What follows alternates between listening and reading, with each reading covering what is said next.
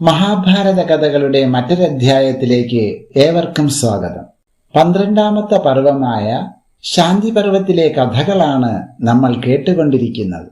ഇത്രയും കേട്ടതായ യുധിഷ്ഠിര മഹാരാജാവ് പ്രഭാവശാലിയായ ജനക രാജാവ് എങ്ങനെയാണ് സിദ്ധനും ജീവൻ മുക്തനുമായി തീർന്നതെന്നാണ് ചോദിച്ചത്. അതിന് മറുപടി പറയാൻ തുടങ്ങി ഭീഷ്മ പിതാമഹൻ. യുധിഷ്ഠിര, ജനകൻ നല്ല ബുദ്ധിമാനും വിചാരശീലനുമായിരുന്നു. പ്രായേണ അങ്ങനെയുള്ളവർക്കാണ് മിക്കപ്പോഴും ആത്മജ്ഞാനം സഫലമായി തീരുന്നത്. 100 കണക്കിൽ ആചാര്യന്മാർ ജനകസന്നിധിയിൽ ഉണ്ടായിരുന്നു. എന്നാൽ അവരൊക്കെ പലതരത്തിൽ ഭേദബുദ്ധിയുള്ളവരും വേദജ്ഞാന ശൂന്യന്മാരും ഭാഗണ്ഡന്മാരുമായിരുന്നു. അവർ അപ്പോൾ അവരുടെ ചപലമായ ബുദ്ധിയിൽ തോന്നുന്ന കാര്യങ്ങളെയാണ് ഉപദേശിച്ചിരുന്നത്. യുക്തിക്കോ വേദസിദ്ധാന്തങ്ങൾക്കോ നിരക്കാത്തവയായിരുന്നു അവരുടെ സിദ്ധാന്തങ്ങളെല്ലാം. എന്നിരുന്നാലും ജനകരാജാവിന് അവയെ ചോദ്യം ചെയ്യത്തക്ക കഴിവുണ്ടായിരുന്നില്ല. എങ്കിലും അവരുടെ ഉപദേശങ്ങൾ വേണ്ടത്ര പ്രയോജനകരങ്ങളല്ലെന്ന് അദ്ദേഹത്തിന് അറിയാമായിരുന്നു. അങ്ങനെയിരിക്കെ കപില സിദ്ധാന്തത്തിൽ പ്രവീണനായ പഞ്ചശിഖൻ എന്ന ആചാര്യനെ കണ്ടുമുട്ടാൻ ഇടയായി. ആസുരിയായിരുന്നു പഞ്ചശിഖന്റെ ഗുരുനാഥൻ. ആസുരി കപിലന്റെ പ്രമുഖ ശിഷ്യന്മാരിൽ ഒരാളാണെന്ന് പ്രസിദ്ധമാണ്. പഞ്ചശിഖനാണ് പിന്നീട് ജനകനെ ജ്ഞാനിയും മുക്തനുമാക്കി തീർത്തത്. അദ്ദേഹം പ്രകൃതി പുരുഷ തത്വങ്ങളെ നല്ലപോലെ അപഗ്രന്ഥിച്ചു പറഞ്ഞുകൊടുത്തു. പ്രകൃതി തത്വങ്ങളുടെ ശരിയായ അറിവും പുരുഷതത്വത്തിന്റെ നിരന്തര ഉപാസനവും കൊണ്ടുതന്നെ ജനകന്റെ അജ്ഞാനം മിക്കവാറും നീങ്ങി.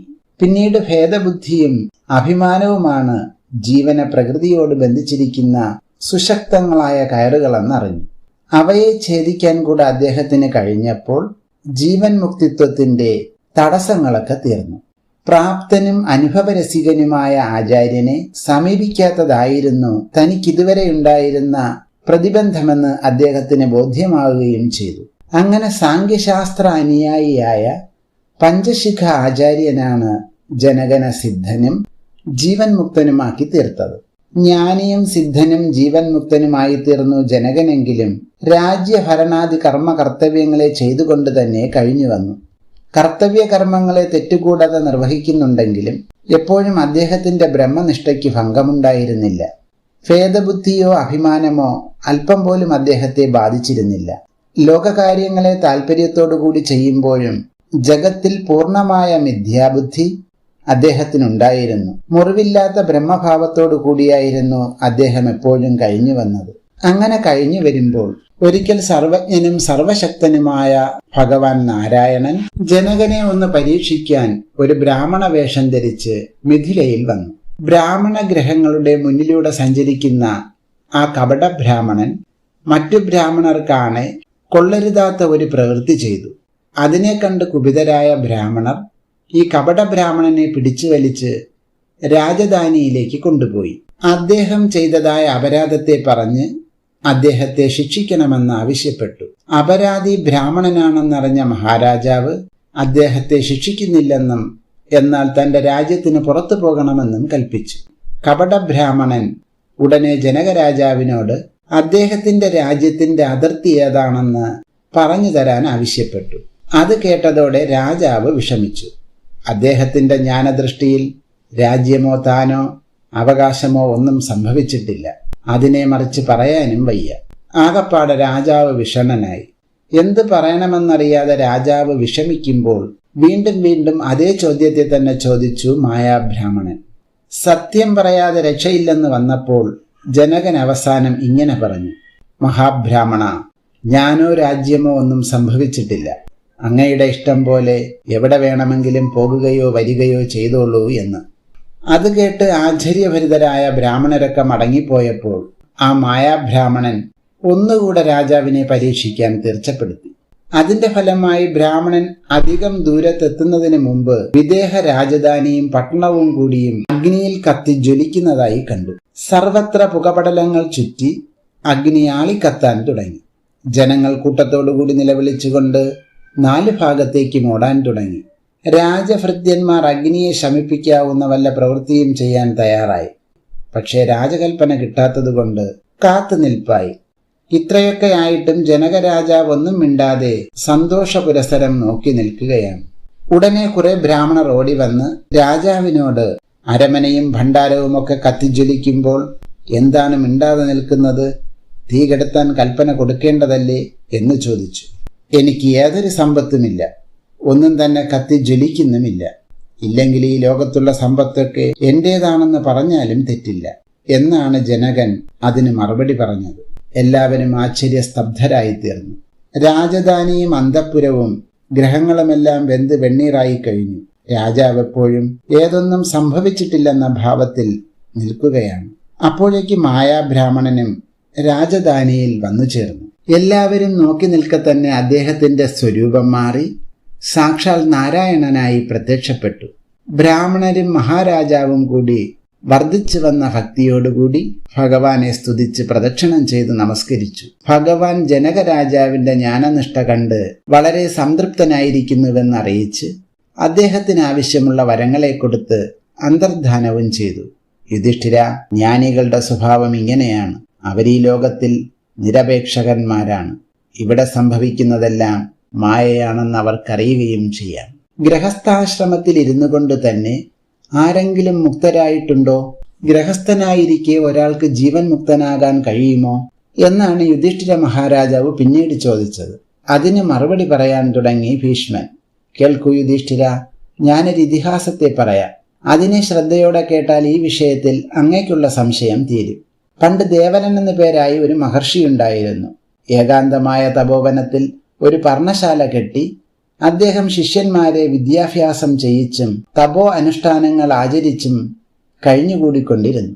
അദ്ദേഹത്തിന് സുവർച്ചല എന്നു പേരായി ഒരു പുത്രി മാത്രമേ ഉണ്ടായിരുന്നുള്ളൂ. ബുദ്ധിമതിയായ ആ കന്യക വിദ്യാഭ്യാസം കൊണ്ട് നല്ല അറിവ് സമ്പാദിക്കുകയും ധർമ്മനിരതയായി തീരുകയും ചെയ്തു. കാലം കൊണ്ട് യൗവനയുക്തയായി തീർന്ന കന്യകയുടെ വിവാഹത്തെക്കുറിച്ച് ആലോചിക്കാൻ തുടങ്ങി ദേവലൻ. തനിക്ക് അനുരൂപനായ വരനെ കണ്ടുപിടിക്കാൻ ശ്രമിക്കുന്നുണ്ട് അച്ഛനെന്നറിഞ്ഞ കന്യക ഒരു ദിവസം അച്ഛനോട് ഇങ്ങനെ പറഞ്ഞു: എന്നെ ആർക്ക് വിവാഹം കഴിച്ചു കൊടുത്താലും വിരോധമില്ല. പക്ഷെ എന്റെ വരൻ അന്ധനും അതേ സമയത്ത് അനന്ധനുമായിരിക്കണമെന്നാണ് എന്റെ മതം. അങ്ങനെയുള്ള ഒരാൾക്ക് മാത്രമേ എന്നെ കൊടുക്കാവൂ എന്ന്. പുത്രിയുടെ ഇംഗിതത്തെ കേട്ട ദേവലന് പെട്ടെന്ന് മനസ്സിന് അസുഖമാണുണ്ടായത്. അന്ധതയും അനന്തതയും അന്യോന്യ വിരുദ്ധങ്ങളായ രണ്ട് ധർമ്മങ്ങളാണ്. അവ ഒരേ സമയത്ത് ഒരാളിൽ ഉണ്ടാകുന്നതെങ്ങനെ? തന്റെ പുത്രിയുടെ ബുദ്ധിക്ക് വല്ല തകരാറുമുണ്ടോ എന്ന് പോലും സംശയിച്ചു മഹർഷി. എങ്ങനെയാണ് അത് സാധിക്കുന്നത് എന്ന് കന്യകയോട് ചോദിച്ചു. വരണാർഹരായ യുവാക്കളെ കൂട്ടിക്കൊണ്ടുവന്നാൽ താൻ തന്നെ പരീക്ഷിച്ച് വരിച്ചോളാം എന്നായി കന്യക. എന്നാൽ അങ്ങനെയാകട്ടെ എന്ന് കരുതി ദേവലൻ തന്റെ ശിഷ്യന്മാരെ അയച്ച് വിവാഹാർത്ഥികളായ കുറെ യുവാക്കന്മാരെയും അവരുടെ അച്ഛനമ്മമാരെയും വരുത്തി. അവരോടും കന്യക ഇതേ അഭിപ്രായത്തെ പറഞ്ഞു: നിങ്ങളിൽ അന്ധതയും അനന്തതയുമുള്ള ഒരാൾക്ക് എന്നെ വരിക്കാമെന്ന്. അത് കേട്ട വിവാഹാർത്ഥികൾ കന്യകയുടെ ബുദ്ധിക്കെന്തോ തകരാറുണ്ടെന്ന് പറഞ്ഞ് എല്ലാവരും മടങ്ങിപ്പോയി. തന്റെ ബുദ്ധിക്ക് ഏതൊരു തകരാറുമില്ലെന്നും മൂഢന്മാരായ അവരൊക്കെ പോയത് നന്നായെന്നും പറഞ്ഞു കന്യക. ഈ വർത്തമാനം ഉദ്ദാളകപുത്രനും മഹാജ്ഞാനിയുമായ ശ്വേതകേതു കേൾക്കാനിടയായി. ആ കന്യക തന്നെയാണ് തനിക്ക് അനുരൂപിണിയായ സഹധർമ്മിണി എന്ന് തീർച്ചപ്പെടുത്തി അദ്ദേഹം ദേവലന്റെ ആശ്രമത്തിലേക്ക് പുറപ്പെട്ടു. ദേവല മഹർഷിയെയും സുവർച്ചലയെയും കണ്ടു. കന്യകയെ വരിക്കാനാണ് വന്നിരിക്കുന്നതെന്ന് അറിയിക്കുകയും ചെയ്തു. കന്യക ഒന്നും മിണ്ടാതിരുന്നപ്പോൾ ശ്വേതകേതു താൻ അന്ധനും അതേ സമയത്ത് അനന്ധനുമാണ്, അതിനാൽ കന്യകയുടെ പ്രതിജ്ഞയ്ക്ക് ഭംഗമില്ലാതെ തന്നെ വരിക്കാവുന്നതേയുള്ളൂ എന്ന് പറഞ്ഞു. എങ്ങനെയാണ് അന്യോന്യ വിരുദ്ധങ്ങളായ പ്രസ്തുത രണ്ട് ധർമ്മങ്ങൾ ഒരേ സമയത്ത് തന്നിൽ നിലനിൽക്കുന്നതെന്ന് വ്യക്തമാക്കുകയും ചെയ്തു. താൻ ഇന്ദ്രിയാദികരണങ്ങളെയും അവയുടെ വൃത്തികളെയും അടക്കി അന്തര്യാമിയായ ആത്മാവിനെ ശരണം പ്രാപിച്ച് ആത്മസ്വരൂപനായിരിക്കുന്നു എന്നതിനാൽ ലൗകികമായി അന്ധനും അതേ സമയത്ത് സാക്ഷിരൂപേണ എല്ലാറ്റിനെയും വീക്ഷിക്കുന്നു എന്നതുകൊണ്ട് അനന്ധനുമാണ് എന്നാണ് ശ്വേതകേതുവിന്റെ വിശദീകരണം. കന്യകയ്ക്കത് വളരെ ഇഷ്ടമായി തീർന്നു. അതിനാൽ അധികം താമസിക്കാതെ സുവർച്ചലയുടെയും ശ്വേതകേതുവിന്റെയും വിവാഹം കഴിഞ്ഞ് അവർ ദമ്പതിമാരായി. യുധിഷ്ഠിര, പിന്നെ തത്വവിചാരവും ബ്രഹ്മനിഷ്ഠയും തന്നെയായി തീർന്നു അവരുടെ ജീവിതവൃത്തി. എങ്കിലും നിഷ്കാമരൂപേണ വൈദികങ്ങളായ കർത്തവ്യങ്ങളെ ആചരിക്കാതിരുന്നതുമില്ല. കർത്തൃത്വ ഭോക്തൃത്വ ഭാവമില്ലാതെ ചെയ്യപ്പെട്ടിരുന്ന അവരുടെ കർമ്മങ്ങളെല്ലാം അപ്പോൾ തന്നെ സംസ്കാരശിഷ്ടമില്ലാതെ ലയിച്ചുകൊണ്ടിരിക്കുകയും ചെയ്തു. കാലം കൊണ്ട് അവർ ജീവൻ മുക്തന്മാരും അന്ത്യത്തിൽ കൈവല്യത്തെ പ്രാപിക്കുകയും ചെയ്തു. അതിനാൽ ഗ്രഹസ്ഥനാണെന്നുള്ളതുകൊണ്ട് മുക്തനായിക്കൂടാ എന്നില്ല. ജ്ഞാനിയും നിസ്സംഗനുമായി ജീവിക്കണമെന്ന് മാത്രം. ഈ കഥാഭാഗങ്ങൾ ഇവിടെ പൂർത്തിയാകുന്നു. ബാക്കി കഥകൾ അടുത്ത ഭാഗത്തിൽ കേൾക്കാം. നന്ദി.